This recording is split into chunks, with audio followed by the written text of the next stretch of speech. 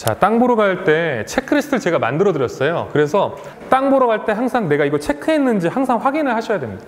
하나라도 놓치면 땅을 영향을 크게 미치고 반드시 후회할 수가 있습니다. 하나라도 놓치면. 일단 등기부등본을 보시는데 등기부등본에서 뭘 봐야 되냐만 딱 세 가지를 콕 집어서 보시면은 과거에 거래가 되었는지 얼마의 거래가 됐는지가 요즘 다 나옵니다. 그리고 손바뀜이 몇 번 있었는지, 예를 들어 이 사람은 한 번 땅을 사서 아무한테도 안 팔았어요. 근데 만약에 여러 명한테 팔았으면 이거는 절대 못 깎는 거거든요. 왜냐면은 계속 4.6%씩 올라가니까 세금이 계속 올라가기 때문에 못 깎습니다. 제가 깎을 수 없는 상황에서 계속 깎으면 이거는 거래가 결렬되는 거잖아요. 여기서 그런 힌트를 얻을 수가 있는 거죠. 땅에 담보대출이 있는지, 담보대출이 많은 게 깎기가 좋을까요? 적은 게 깎기가 좋을까요? 그렇죠. 왜냐하면 급하니까. 돈이 급한 사람한테 돈이 나와서 돈이 여유로운 사람한테 갑니다. 그렇기 때문에 돈이 급한지 안 급한지를 여기서 알 수가 있는 거죠. 보통 토지에서는 한 50% 정도 나오면 좀 많이 나왔다고 보시면 되겠습니다. 근데 그거보다 더 썼어. 그러면 이제 이 사람은 진짜 돈이 급한 사람인 거죠. 그리고 토지 소유자의 나이와 주소와 소유기간, 이걸 왜 알 수 있냐면, 제가 그때 저희 땅, 그때 판교 땅은 그 강원도에 사시는 분이셨는데, 그러니까 워낙 거리가 머니까 여기에 대한 호재는 좀 어두우신 거죠. 그래서 제가 호재를 여기도 훨씬 더 많이 알았거든요. 제가 호재는 말씀드릴 필요는 없으니까.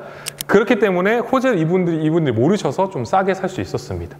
이거는 이제 내가 정보에 누가 더 박냐의 어떤 싸움인 거죠. 그래서 등기부등본에 소유주의 나이와 주소지, 거래 금액, 근저당 금액, 그리고 몇 번 거래했는지 이게 다 나옵니다. 반드시 체크하고 하시는 것을 추천드리고요. 예전에 비해서 바뀐 것이 토지이음이라는 사이트가 있습니다.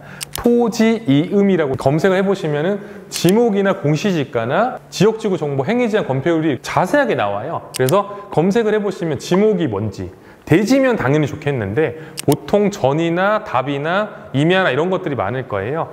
그러면은 이거를 대지로 바꾸는데 비용이 들어가죠. 그 비용은 그때 말씀드렸듯이 공시지가의 계산식이 있다고 그랬죠. 그래서 공시지가도 확인해 보시는 겁니다. 이 공시지가 곱하기 면적 하시면 이 공시 가격이 나오죠. 이거 정보 외에도 일종 주거지역인지 계획관리지역인지 자연녹지 지역인지 이 부분들은 확인할 수가 있습니다. 그리고 중요한 게 또 도로에 접해 있는지 안 접해 있는지, 소로 이류, 뭐 중로 면류, 접합 이러면 돼 있으면은 웬만하면 맹지가 아니라는 뜻입니다. 그리고 지구단위 계획이 이렇게 적혀 있으면은 이거는 지구단위 계획이라는 특별건축법에 적용을 받는다는 뜻입니다. 메인하게 보셔야 될 것이 지목과 공시지가와 면적, 그리고 이 실제 뭐 계획관리 지역지구가 뭔지 요거를 주로 보시고, 행위 제한, 건폐율 용적률, 층수 높이 제한, 건축선, 도로 조건 이런 것도 다 그림으로 이렇게 나와요. 뭐 1조 4선이 이렇게 있죠. 뭐 4층까지 지을 수 있다. 이런 것들이 나와 있습니다. 이런 규제 조건을 한번 확인하시고, 밸류맵이라는 사이트가 있습니다. 여기서는 어떤 거 보시냐면 도로가 있냐 없냐, 뭐 세로 가로 붙어 있다, 그 몇 평인지 이게 좀 쉽게 볼 수 있고, 평당 공시지가가 얼마인지 이런 거 좀 일목요연하게 좀 편하게 빠르게 확인하실 때 이런 밸류맵을 보시면 좋고, 여기는 또 이게 실제 건물이 있으면 건물에 건축물 대장도 이렇게 대장 상황도 나와 있어요. 그래서 그런 부분까지 좀 확인하시기가 좋습니다.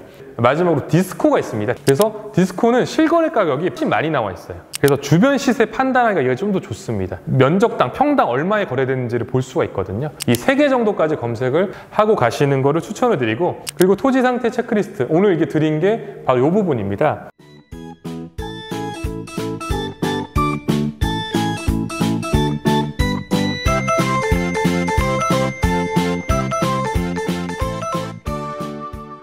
이런 거를 하나하나씩 다 여기서 냄새가 나는지 소음이 있는지 이런 걸 체크했는지를 다 이걸 보시면서 하나씩 다 확인을 하시는 좋고, 빨간 부분은 좀 전문가에게 필요하지만 나머지는 그래도 개인적으로 다 체크할 수 있는 부분들입니다.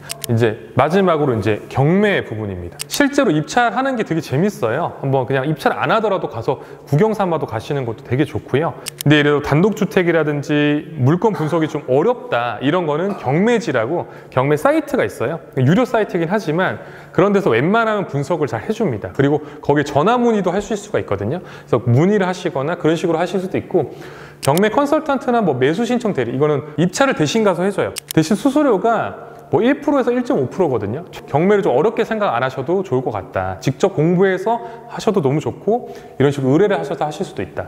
단독주택은 내부가 어떻게 생겼는지 모르고 내부에 어떤 자재로 마감했는지 이게 촌스러운지 내가 인테리어 이거 다 해야 되는지 안 해야 되는지 모르는 경우가 많습니다. 그게 조금 그 단독주택 경매는 그게 좀 약점입니다. 그래서 웬만하면은 단독주택 그냥 받아서 인테리어 안 해도 되면은 보너스고 웬만하면 그냥 해야 된다고 생각하시면 되겠습니다. 그렇기 때문에 단독주택 같은 경우는 안 좋은 거 진짜 막 폐가 같은 거를 받아서 리모델링이나 신축을 해가지고 밸류업을 해서 이렇게 하는 게 경매로서는 요즘에는 귀찮아하고 어렵잖아요. 그렇기 때문에 그런 거는 오히려 벌 가치가 있습니다. 먹을 게 아직도 있다라는 거고요.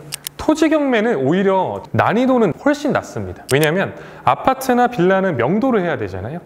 명도를 어려워하시는 분들이 많거든요. 그러니까 그렇게 어렵진 않은데 공매 같은 경우는 명도가 진짜 소송도 해야 되거든요. 경매 같은 경우는 명도가 조금 간편한 절차상으로 바로 신청을 할 수가 있는데 그렇다 하더라도 가서 협의하고 뭐 이사비라든지 이런 거를 조율을 해야 되죠. 근데 토지가 그런 게 없죠. 명도가 없어요. 토지는 그냥 땅이잖아요. 그냥 내가 가서 그냥 지으면 되는 거죠. 주택이나 신축을 하실 거나 하실 거면은 특히 경매를 좀 공부해서 보시면 특히 요즘 같은 시기 정말 저렴하게 사실 수가 있어요. 물건들이 엄청나게 쏟아져 나오거든요. 예, 그렇기 때문에 오히려 그런 거는 싸게 가지고 와서 좀 리모델링을 해서 좀 비싸게 팔 수 있는 여지가 있다는 거죠.